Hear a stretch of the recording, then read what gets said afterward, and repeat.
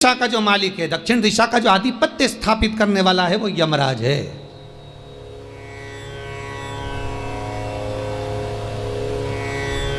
और यमराज पर भी अगर कोई आधिपत्य स्थापित कर लेता है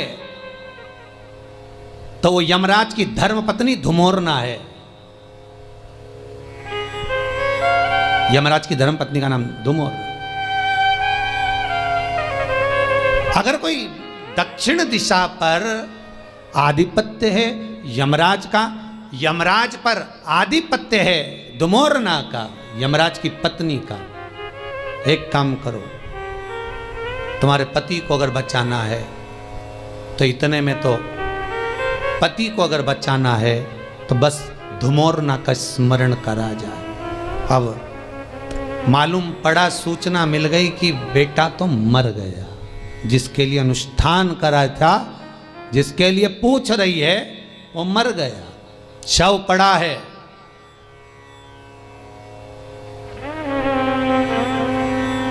शव के पास गई नहीं, बहू भी नहीं गई, मां भी नहीं गई, शिव अर्चना, धुमोरना का स्मरण करा।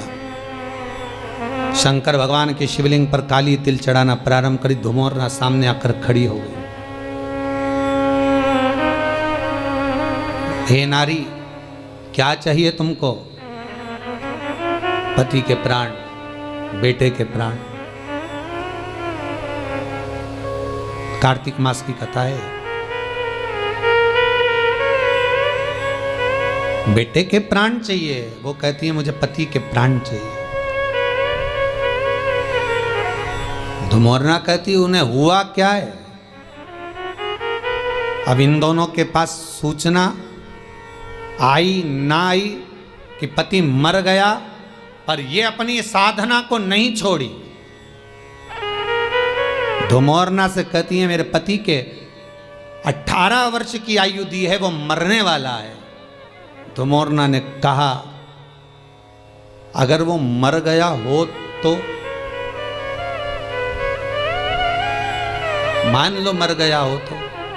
यमराज की पत्नी धुमोरना कहती है तुमने मेरी और शिव की आराधना करी है, मैं दक्षिण दिशा की महारानी हूं, चिंता ना करिएगा, मैं दक्षिण का मार्ग रोक दूंगी, क्योंकि पहली स्त्रियां मिली जिसने मेरा आराधना करी। दुनिया के लोग यमराज को मनाते हैं, शनि महाराज को मनाते हैं, बृहस्पति को मनाते हैं, सब देवताओं को मनाने में लगे रहते हैं, पर पहली तुम मिली जिसने शंकर के कहने पर मेरी आराधना करी है। वचन देती हूं, जाओ, तुम्हारे आंगन में जो काला कम्मल पड़ा हो, लोहे का सामान पड़ा हो, यमराज जब बंदी बनाने के लिए यमदूत आएंगे, वो सामान अगर रखा हुआ दिख गया तो वो लेकर नहीं आएंगे, क्योंकि मैंने वचन दिया था उनको। रख दो उसके सिराने पर। दौड़ी बहू, दौड़कर लोहे का जो सामान पड़ा था उसमें कम्मल रखकर 5.25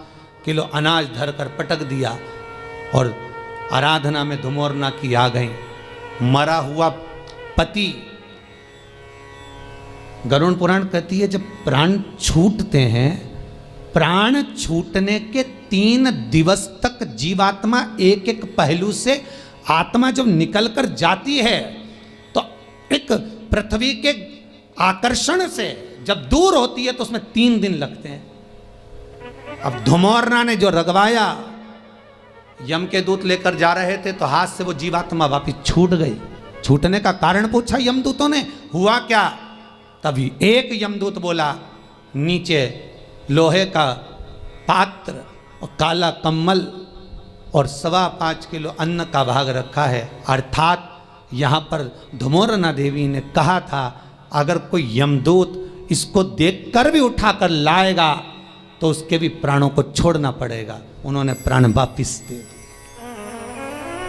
प्राण वापिस। केवल एक इन्हीं के प्राण शंकर जी ने वापिस नहीं कराए।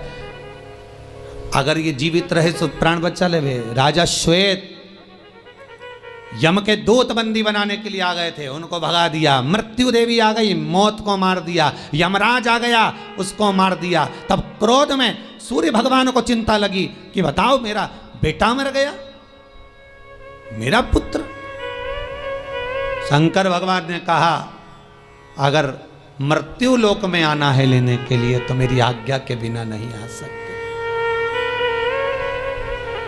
बहुत कठिन है। रविवार, सोमवार, मंगल, बुध, गुरु, शुक्र और शनि, ये 7 जो वार रहते हैं, इन वार में प्राण जो छूटे हुए हैं, निवेदन है अपने द्वारा जो व्रत किया जाता है, उस व्रत जिस वार का होता है, ना जाने कब हमारे प्राण कौन से वार को छूटे, किसको मालूम है साहब।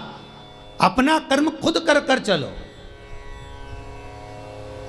जिससे वो 3 दिन का सुख का भोग उस देवता के साथ हमको मिले, हमें प्राप्त। स्मरण करते चलो।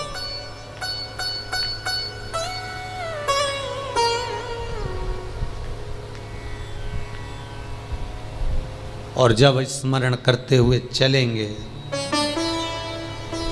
भजन करते हुए चलेंगे, आप रूप अपना जीवन संवारते हुए चलो, वो जीवन का सुख होगा। मृत्यु को भी शिव की आराधना से जीता जा सकता।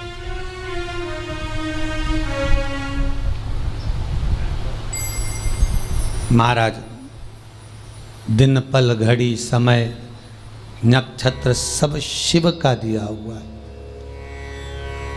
केवल शंकर